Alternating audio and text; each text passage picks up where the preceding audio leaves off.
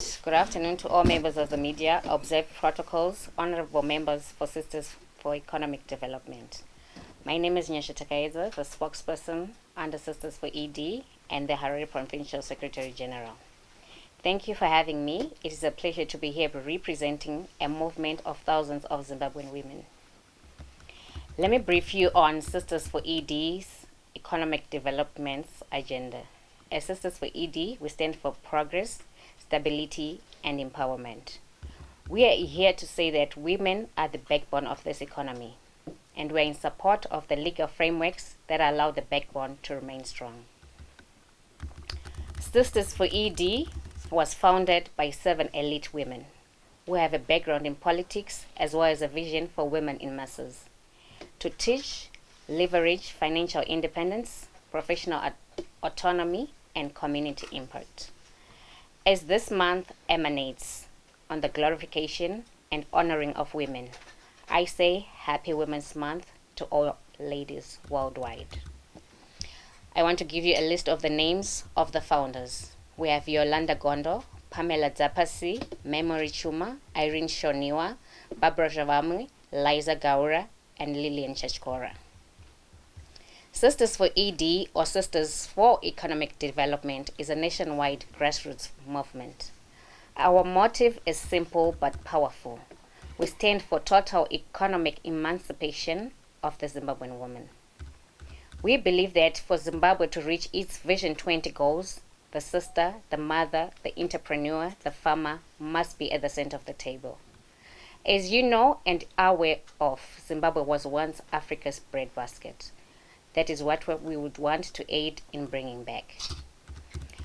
Our foundation is built on very simple things. Hard work of our founding members, visionary women who realize that political stability is the only true soil in which economic growth can grow.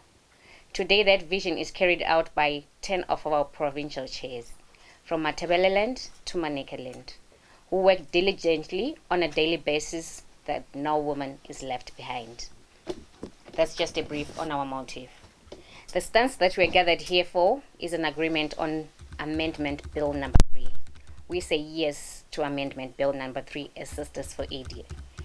We do not view this bill as just a legal document. We view it as a development strategy. For too long, our nation has been stuck in election mode for every 5th year, which creates uncertainty for markets, stalls, and long-term projects. By supporting this bill, we are choosing number 1, stability over chaos. The addition of 2 more years, which relates to a longer term, allows policies to actually bear fruit and to allow the implementation and strategies set upon Vision 2032 manifest. Number 2, continuity. It ensures that the economic projects currently empowering women, youths, and various sectors of the economy are not interrupted by premature shifts. Number 3, expertise. We support the inclusion of technical experts in governments because economic development requires specialized skills. So for now, I'm going to give the floor to our chairpersons of all provinces, a chance to reflect and resonate in acceptance to the Constitutional Amendment Bill number 3. So we'll start with our Harare Provincial Chair, with Pamela Zapasi. She'll give us a view on the amendment and her agreement to it. I give the floor to Pamela Zapasi. Thank you, SG. Makadive media, makadi muri yese yeZimbabwe, ndinokuchingamidzai masikati ano. Zita rangu rekuberekwa ndinoitwa Pamela Zapasi, one of the founders kuSisters for ED. Ndiri Harare Provincial Chair zvekare. Ndauya pano kuti nditaure pamusoro peamendment bill number 3. Tiri kuti isusu seSisters for ED ndakamirira Harare province tinoigamuchira. Tiri kuti hongu ngavarambe vachitonga zvavo baba, ngavaenderere mberi vapedzise basa ravakatanga.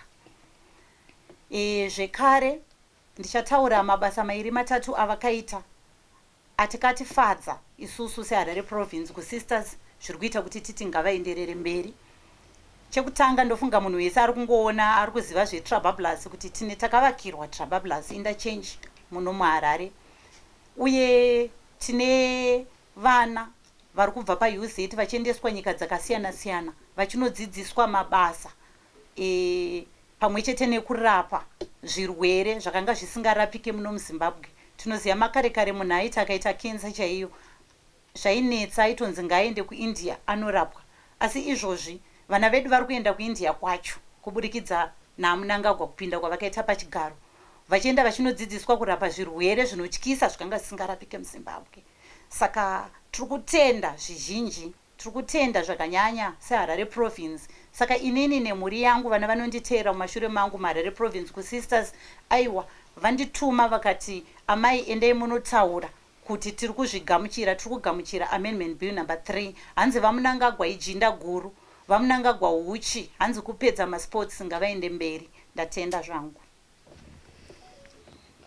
Thank you, Pamela. We give the floor to Dorothy Tinaro from Mashonaland East, chairperson. Nonzi Dorothy Tinaro, chairperson from Marsh East Province, SISTERS4ED. Isu seMarsh East Province, tinonzwa kufara na President vedu E.D. Mnangagwa. We feel honored kuva tichitongwa na President E.D. Mnangagwa. Ende ivo vanozviziva kuti seMarsh East tinokasira kugamuchira maprojects nezvavanouya nazvo kwatiri, nekuti vanoziva kuti tiri kusapota amendment bill number 3. President vedu vakavaka Chivu Dam, water treatment plant and irrigation scheme. Vakativakira zvekare muchekerani wadam, it's in Marondera. Vakatigadzirira road inonzi Machileche Road. It's connected from Marsh East ichinobata Marsh Central. Vakavandudza zvekare Mahusekwa Hospital. And vakamova target rekuenda kwaMurewa Mutoko raive kudhuze neHarare, and it was moved. Saka tinoramba tichiti baba endai kumberi. There's a lot of work ida kuitwa kuMarsh East. Toda kuti vativandudze, da kuti vapedzese basa rekuvandudza kuvaka kwavakaita tourist investment in sectors sezvavakaita Suswe Lodges in Mutoko. Vakakwanisa kuti vandudzira zvese zvokuMarsh East. Youth inowana zvekuita, drug and substance abuse inodzikira. Saka tinoti baba pamberi amendment bill number 3 basa ngariende mberi. Thank you. Murongozvinzwira zvidavado zviri kuitwa naPresident wedu mukati meZimbabwe. Tinongoramba tichiti pamberi neamendment bill number 3. I call upon Neti Musapa, Manicaland Province Chair Lady. Ndinomuchingamidza imhuri yeZimbabwe mese nevatori vedu venhau. Ini ndinoitwa Neti Musapa, ndinokocha kwaMarange kuManicaland. Ndauya ndakatwara soko rinonakidza rekusapote amendment bill number 3. Tichiti haiwa takaenda nayo nababa wedu VAMNANGAGWA. Tine zvizhinji zvavakatiitira VAMNANGAGWA nezvetinoshuwire kuti atotipedzesera, atotiitira futi. Tine irrigation iri paRomsray apa kuMakoni district. Shuwa taakukohwa pese petinondoda. Bwinzi, zvinyi, zvirimwa zvese kurya kuwandudzwa nemari dzoita mabasa echionekwa mudzimba. Tine Musikawani irrigation futi iri kuChipinge. Tine Chitemene irrigation iri pachipembera apa. Izvozvi kutaura kwendiri kuita kuku mamuti ari mukati medhorobha. Tiri kugadzirirwe road yedu. Tine the construction of Christmas Pass bypass road and the expansion of Forbes border posts iri kutoitika izvozvi zvokutoti manje tinonga tataona tura Barbara yedu kumakomwe. Saka handiri kuti pamberi nababa Mnangagwa, pamberi nehutongi hwawo. Sisters4ED kuManicaland iri kusapote constitutional bill number 3 tichiti pamberi. Thank you very much, Manicaland Provincial Chair. I now call upon Divine Mpo for Mashonaland Central Chair Lady. Okay, thank you, SG. I'm Divine Mpo, Marsh Central Provincial Chairwoman. I would like to speak in my mother's language. Inini ndakamira biyangu kuma Central. Tinoti aiwa isu tiri kufara tichitsigira Vision 2030 uye neamendment bill number 3 ya baba tichitsigira baba vedu. Tiri kufara nema-developments akaitwa muma Central. Ndinotanga mining sector. Tine gold mines edu anga akavhara. Anotanga pane Eureka gold mine, Shamba gold mine, then Rain mine. Ma mines iwaya akavhurwa nababa vedu. iko zvino employment yatanga kunyanya kumayouth zvaderedza drug abuse nekusange vachishanda. Saka iko zvino tinoti aiwa ipapo pamining sector toenda kuroad network.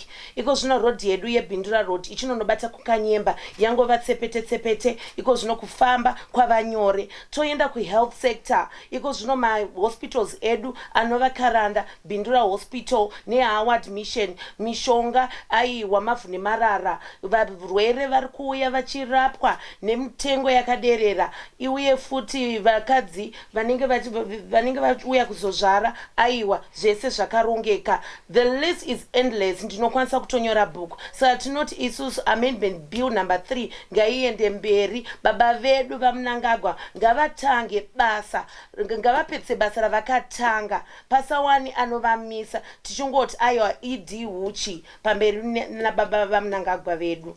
Thank you.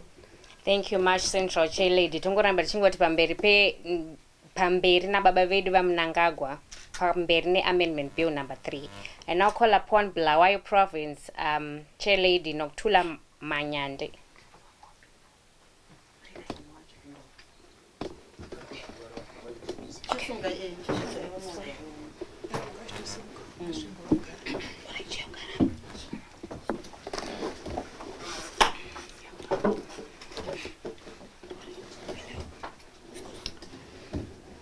Ngiyabonga SG.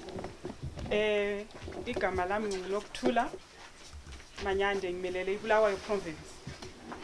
Sizosekela iamendment bill number 3 yona efakwe ngumkhokheli wethu uED Mnangagwa ukuthi abuye ezongezelela ukusikhokhela ngezinto zonke lezi asifakele zona lapha koBulawayo. Sikhangelane le Pomona recycling company le sikhamba isiyathala izibi recycle ukuthi lathi kungabi lengcekeza lapha esigabeni sethu. Sikhangele futhi le nkayi project umgwaqo wenkayi osulungiswa okhangelane le Bulawayo nkayi. Siyabonga ukuthi ubaba wethu lathi ngapha uyasinakekela. Sithe kahambele phambili ukungezelela kweamendment bill number 3 akuhambelele phambili kuqhubeke ngoba izifiso zethu zikhangelela ukuthi nazizacwaliswa ngokuhamba kwakhe elokho esikhokhela. Abadala bathi indlela kuzo kwabaphambili. Siyabonga President ED Mnangagwa ngokusinakekela ngalokho konke lukulethileyo ngapha koBulawayo. Sithi hayi vision 2030 sesiyibona lathi. Khanyisa baba, khokhela Sibanda, khokhela ilizwe. Vision 2030 siyayisekela thina singama sisters for ED. Sithi qhubekela phambili. Ngiyabonga. Siyabonga Nokuthula. We call upon Masvingo Province Elizabeth Marangana, chairperson. Thank you, SG. Afternoon, viewers, media team. My name is Elizabeth Marananga, Chair of Masvingo Province. I am here representing Sisters for ED in Masvingo in support of Amendment Bill number 3. Aiwa, babanga varambe vachitonga. Tisinoto support Amendment Bill number 3. Nokuti mabasa akawanda arikuitwa nababa vaMnangagwa atinoona muMasvingo. Tinobva muMasvingo netara kubva Limpopo kusvika kuMasvingo. Inongova waya tichinda itsepete chaiyo. Toenda kumaruseva tikabata kuna ana gutuko mairrigations zvinhu zvacho zvakarongeka. Takapuwawo mapivots ekuti tikwanise kushandisa kumamisha. Uye tinoda kutenda nebasa guru ravanotiitira mabridge ari kugadzirwa zvakanaka muMasvingo maiteta tovaone flyover. Saka toti baba ngavarambe vachitonga vapedzise basa. Chimwe chandingangotaura ndechekuti baba vedu vaMnangagwa is not a man of words, but he is a man of action. Thank you. Thank you. Chingoti pamberi na baba vedu vaMnangagwa mungonzwa every province ingori tsepete. I call upon Theodola Matvenga, Midlands Province Coordinator.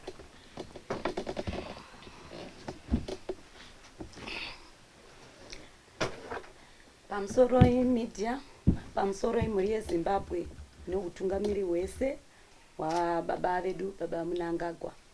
Ini ndakamirira Midrans Theodora Mativenga ndiri cheledweko. Tiri kuti yes kubill number 3. Tichiona nezvakaitwa nababa vedu. Takagadzirirwa road muchivu. Tikapiwa miti yekudyara. Pamiti yekudyara ichatibuditsirawo mafruits atichatengesa utenge tichiwana mari. Uyezve tiri kutaura mumaclinics. Makare kare vanhu vaifa neHIV chaiyo. Asi baba kubva vatanga kutonga iko zvino hakuna munhu anofa. Mapiritsi echirwere cheshura matongo ari kungowanika. Tiri kufara zvisingaite nekutonga kuri kuita baba vedu, nekuti hatichada zvokuti tingoramba tichiti taakuvhotera nhingi. Tiri kuda kuti aiwa baba vedu varambe vari pachigaro, nekuti musha ukaramba uchichinjwa vana baba unova musha usina kumira zvakanaka nekuti mitemo inenge yawanda. Saka tiri kufara zvisingaite ndichiti yes nevamwewo vangu masisters ari kuMidlands tiri kuti yes for amendment bill number 3. Tichiti baba rambai muchitonga tichikutsigirai isu mayuthi pamwe chete nemadzimai. Tiri kuti aiwa ipapo baba rambai makabata. Aiwa tinokudai idi shumba murambi muri uchi. Ndatenda. Aiwa tinotenda. Takuma Shonaland West, we call upon Isabel Piri. Zikomo SG turukondwa pakari pano tabwera sai naife maSisters4ED turukondwa nawo baba watu nezari kutitira ED Mnangagwa muno musiko ratu ra Zimbabwe. Kare paja munaona ziko ratu sirinari bwino, njira zonse zinari zoipa, koma masikwano autikonzekera zinthu zabwino tu yetu namenzi murizonera mweka ni maso anu tu. Tikada saka turutokondwa nayo amendment bill number 3 ish. Tikafuna yangana kumangura grain marketing depot tuko anaimanga sana imarize afuna kuimariza chaka chino. Tikafuna kuyangana ku Saikobvu ku Nyaminyami anaika masora project kunari ndima ukauka kuna ruto chankana kuenda masikano ni mageso okauka weta ngati mtauni cho namwenso muruzonera. Saka turukondwa ife masisters tabwera kuti tititeuza bambo wacho kuti aiwa tiribwera kumambuyo kwano nayo amendment bill imeneyo tirukondwa kwa basi. Zikomo. Tinotenda. Now we call upon Tanyara Zamarumani, chair lady for Matebeleland North.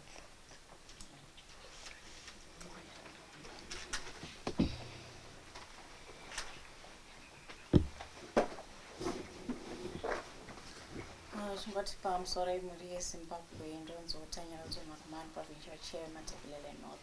Tungotwo pamberi neamendment bill number 3 Matebeleland North. Tukunzwa kufara nekuti turikuona kuti ichatipa positive change and development region menu. Tichitoa kuna baba vedu tukupa kutenda ine zvamakatiitira kuMatebeleland North. Chingotaurawo zvishoma zvavakatiitira seLegwai, Shangani Dam, Bulawayo, Victoria Falls Highway, Lupan Provincial Hospital neWange Power Station expansion. Chingoti aiwa basa rabai muchibata baba. Chingoti pamberi neamendment bill number 3. Thank you. Thank you. So that was all from our provincial chairs. Mazvinzwira kuti musha udi uramba uchingochinja baba unoshaya chiremerera. Now I want to give the floor to our founders. We'll start with Memory Chuma. Tinotenda SG. Inoitwa Memory Chuma. Kune veruzhinji vese veZimbabwe vakanditeerera ndinoti Sisters4ED iri kutsigira amendment bill number 3. Tiri kuti tose tiri kutsigira amendment bill number 3. Tiri kuti vese veSisters4ED kune vese mudzimai tiri kumuda kuti auye kuSisters4ED, manew voter, manew return vese tiri kuvada kuti vauye. Saka ndiri kuti tiri kutsigira amendment bill number 3 pasi nevasingaidi. Pass now. Maita basa. We now call upon Liza Gaura, who happens to be one of the founders.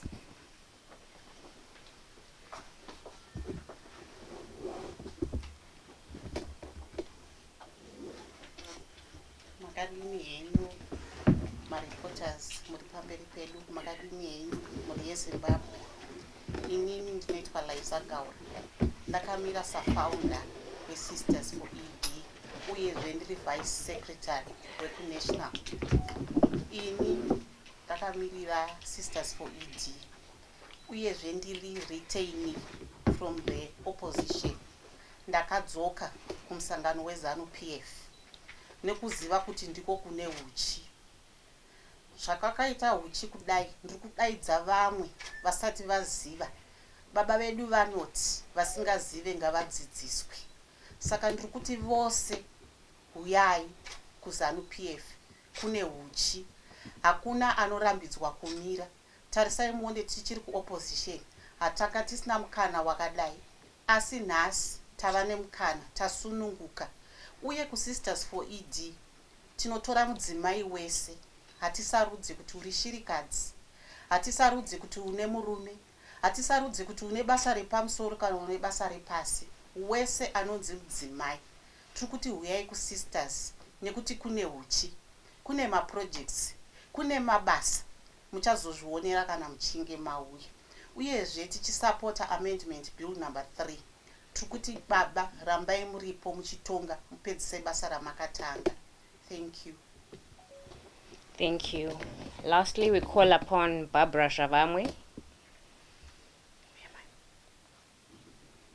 Good afternoon, ladies and gentlemen. I'm honored to be here as a co-founder of Sisters for ED, as a vice chair lady for Sisters for ED, as well as a citizen. I came here with my view to support the amendment bill number 3. Appreciating our president, appreciating the people that were leading the Sisters for ED. We started this group very small until we are here in all provinces. We want to appreciate our president. We had so many challenges as a nation, but now our president has changed a lot of things. When he took power, when he went into power in 2017, they were still building our parliament, the new parliament. He'll build it and it got finished in no time. We used to have problems with electricity, but now in all the locations everywhere, electricity is changing because it fixed the Wange power station expansion, the Kariba South hydropower expansion. So we want to thank him for that. So as Sisters for ED, we are supporting the amendment bill. You must stay until he finish what he started. I thank you. Thank you very much to all provincial chairs and the co-founders. Murungonzo vanhu vari kuchema kuti baba ngavarambe vachitonga kuti vapedzise basa ravo. Last, we call upon our national chair lady, Yolanda Gondo, who happens to be the co-founder and national chair as well, to give us her view on the constitutional amendment bill number 3 as we agree on it. First of all, I would like to thank the media who are here with us today. Jiti makadi zvenyu muri yeZimbabwe. Ini ndinoitwa Yolanda Gondo. I am a co-founder of Sisters for ED and I'm the national chair. I lead a group, this organization called Sisters for ED, because I have seen struggles of Zimbabwean women firsthand. Considering the fact that I also lead an organization, a community that has almost 4,000 women, and I have discovered that a lot of people, a lot of women in particular, are just spectators.